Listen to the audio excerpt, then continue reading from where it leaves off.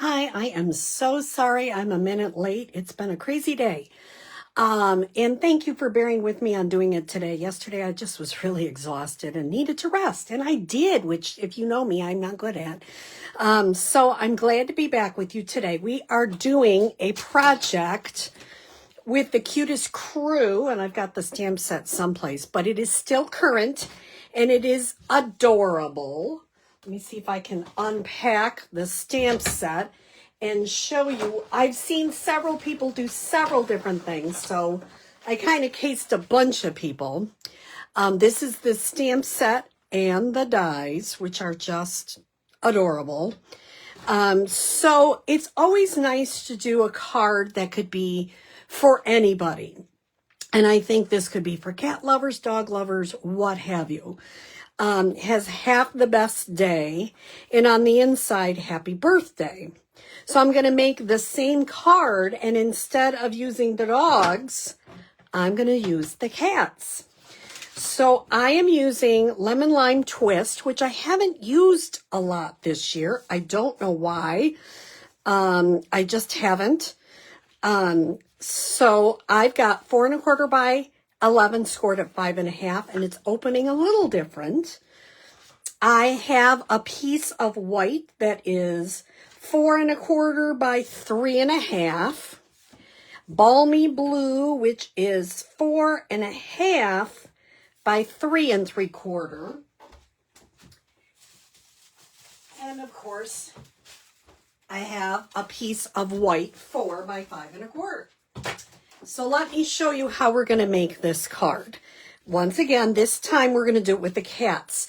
What I did first is I stamped them on a piece of scrap, and there is a die that cuts it all out at the same time, which I love. So I'm going to start by also, oops, where's my inside white? Here we go. Move that over, golly gee. And I'm going to stamp happy birthday on the inside.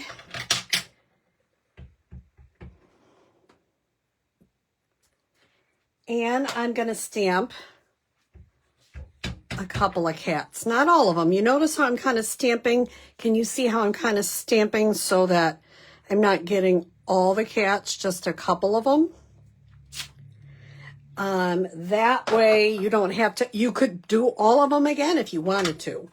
But usually people don't want to color that much, so I'm just going to come through and give the butterflies a little daffodil blend. And I'm going to do it over here too.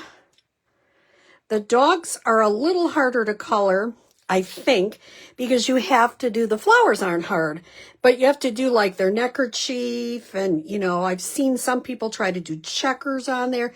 You can do anything you want. I kept them relatively simple. Okay, so I've got all the butterflies colored. I'm going to have a variety of colors at my stamp class. I'm going to make this a pecan pie. Could I shade it? Yes. I'm just coloring it very straightforward with the light pecan pie. I would recommend always coloring the light first. And I'm going to do this one the same and color that. I'm using the small end of the blends. Now, if you wanted to do some techniques with it, you could use, and I'll do it on one of them, you could use what Stampin' Up! Already gives us and make it interesting. And my husband always says if there's a little bit of white left, that's artful. So let me do a crumb cake. And I've got a dark crumb cake, and I got to find my light crumb cake.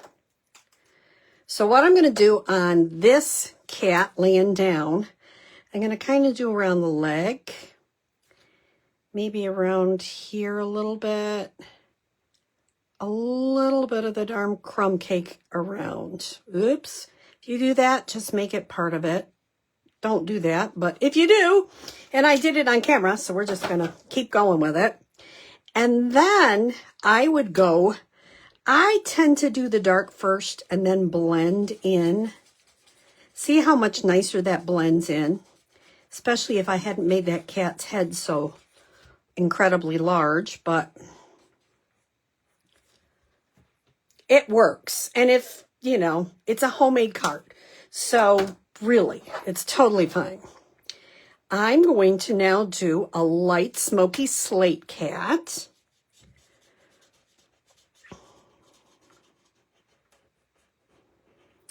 Once again, this one I'm just doing straight smoky slate, the light blend. You know me, can you use colored pencils? Absolutely. If you know me, I love blends. That's my favorite, but you can do both. There is no right or wrong. So let's try a little bit more on this last cat, and let's see if I can do it right this time. I'm going to start with the dark pecan. I'm just going a couple of places.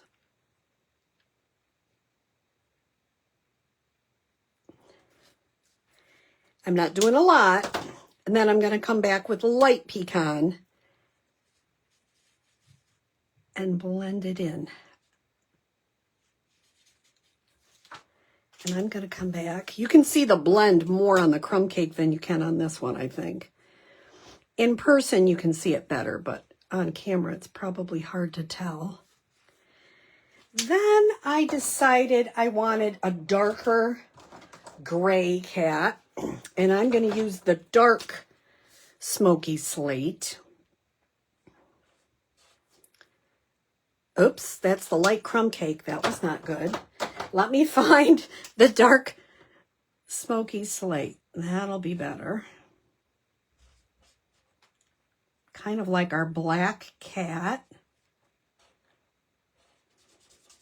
And I kind of tend to go circles. I don't know why. I think it covers a little bit easier. I mean, there are some places you can't do circular motions, but most of it you can. Like going the outline is good. Okay. So I've got all the coloring done on the cat, so I can set those aside. Now I'm going to take this piece of white, and I'm going to use my Balmy Blue blend. And I'm going to do the Balmy Blue. I would recommend always starting on your paper. You'll get a better look. I want to show you one that I'm not using because I didn't start on the paper. I don't know what I was doing. Look, you get that big glob. I don't care for that. I'm going to use that for something else. So I like starting on my paper first. And then you can keep going however dark you want it. So I'm going to leave it at that. Now I'm going to use the lemon lime twist, and I'll have a different blending brush. Same thing on the paper first. And now I've got some ink on the blending brush. It tends to blend a little bit better. When I first used it, they were brand new. So put a little bit more blue. So I left a little bit of white in the middle. Not a lot, but a little bit. Now, Stampin' Up! Doesn't currently sell corner rounders, but lots of stores do. And I'm going to just round the bottom right and the top left. So opposite, basically. I'm going to do the same thing on this blue. Bottom right, top left. Okay. And then I got to make sure they match up. I like the look of just two of the corners being rounded. That's just kind of a fun look, I think. I'm going to put that on there. Now I'm going to stamp Have the Best Day. And I'm going to stamp that kind of down towards the bottom. Last time I kind of moved the have. That's much better. And I'm going to put that aside. And I could just put it on here, but it seemed like it needed something. And when it needs something, I always look towards something like with Versamark. So I have my Versamark pad, and I'm going to just do some paw prints, because those can be, I did it on the other one too, because the paw prints can be cats or dogs. And they show up a little bit later. I like to do them artfully off the edge. There is no rhyme or reason. The paws can be going any way you want. Okay. I just kind of did it outside just to give it a little bit of interest. And then I'm going to adhere this in the middle.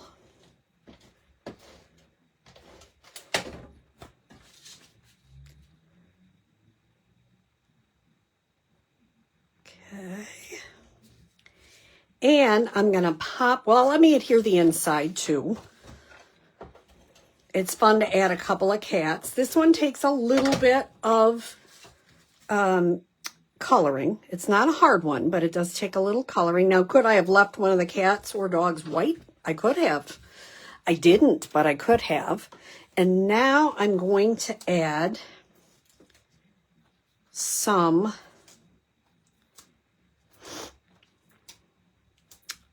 some dimensionals to pop up my kitties.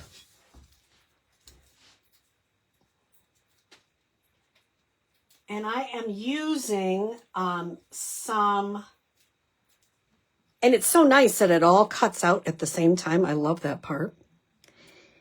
Then I'm using my dots, which is, you know, you start stamping. Here they are. These are shimmering dots.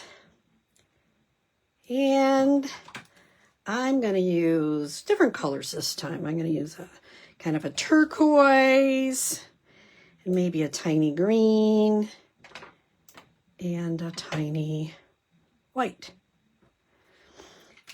So a very cute, easy card. It could be for kids. It could be for cat lovers, dog lovers. It could be for anything you want it to be. And I hope that you try this corner rounding and try just adding a little bit of blends on there. Makes such a difference in a card. Have a great day.